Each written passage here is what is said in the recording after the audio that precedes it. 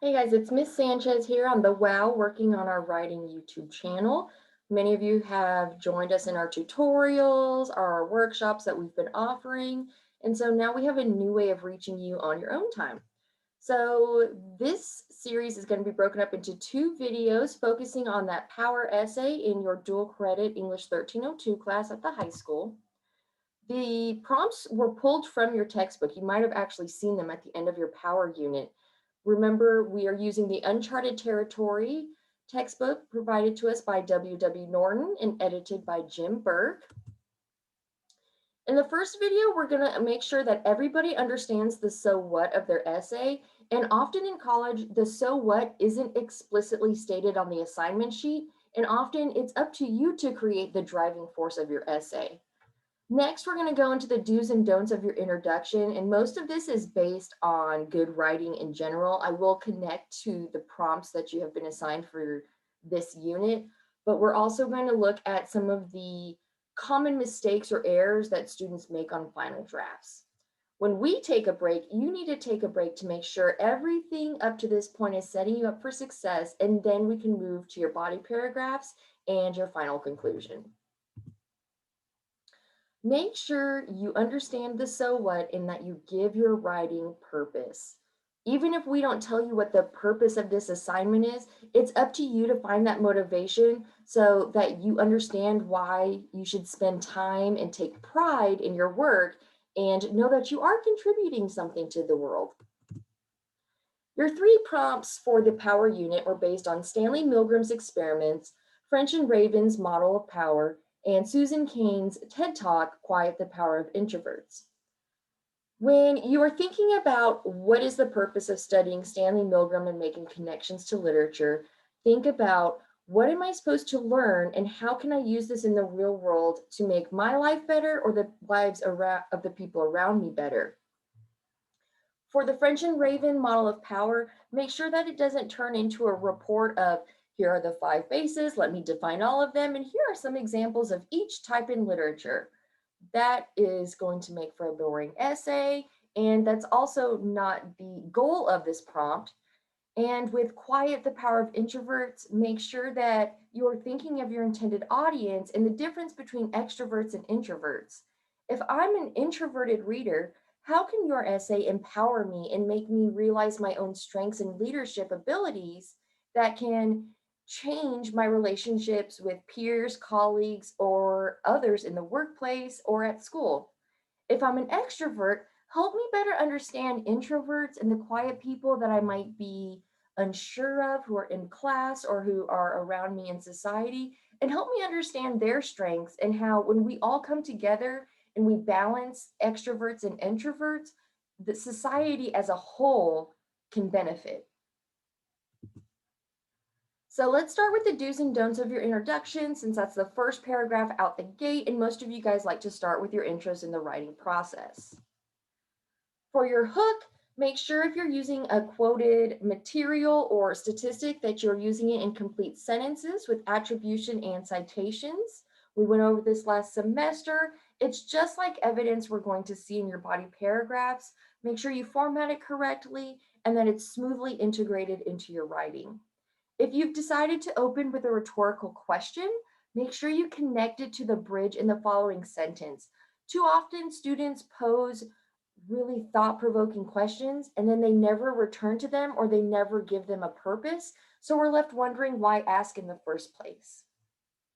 Also, you can use creative writing techniques and vivid description to capture your audience's attention and kind of stand out from the typical academic writing that most students use in their introductions.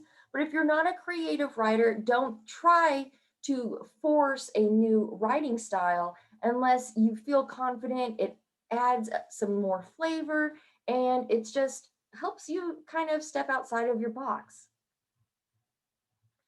The next part of anyone's intro is the bridge, and we need to make sure our hook and our bridge are directly connected. Depending on what you've chosen for your hook, will actually determine what we need to see first in your bridge. If you are using a quote from one of the experiments, the model, or the TED Talk, Naturally, it's going to make sense that you next need to fully introduce and give a very brief summary of Stanley Milgram or French and Raven and Susan Cain. If you are using a statistic about humanity in general, then make the connection to humanity and how understanding the prompt's basics in the literature will help us. If you are starting with a more creative, vivid writing style to get us going, you have a little bit more free reign. Depending on what you open with, decide should you move to literature and how we find these examples illustrated in the books we read every day, or decide if you should connect your descriptive writing to Power or to Stanley Milgram, Susan Cain, or French and Raven, and then you can move on from there. So make sure your pattern makes sense. Make sure that with each piece, it logically connects to whatever comes after. For your thesis, remember the basics. Always think about it as a formula so that you know what you're doing and so that your readers know where we're going and we know what to expect. There shouldn't be any surprises in academic writing. Your thesis in your final draft should have your prompt basic, Stanley Milgram, French and Raven, Susan Cain, your X, Y, and Z, what are going to be your main ideas, your arguable claims that will appear in each of your body paragraphs, and your so what. Often in college writing, the so what is not explicitly stated on rubrics. It's up to you to give your essay or your paper purpose, and it's up to you to find a driving force that interests you and will interest your readers. Here's a slide to help you make sure you're not making a lot of the common mistakes that students do in the intro that can really set them up to kind of slowly get themselves off track as the paper progresses. As you can see on this slide here, a lot of students want to start with quoted material dash someone famous. Published writers can do this. We see this in books and textbooks all the time. But when you do this in an academic paper, it creates very chunky and disconnected writing. So make sure you smooth out your quoted material, you include attribution, and you include a citation so that you don't set up a bad habit of having disconnected quotes. Often students come up with great thought-provoking rhetorical questions and then they never revisit them.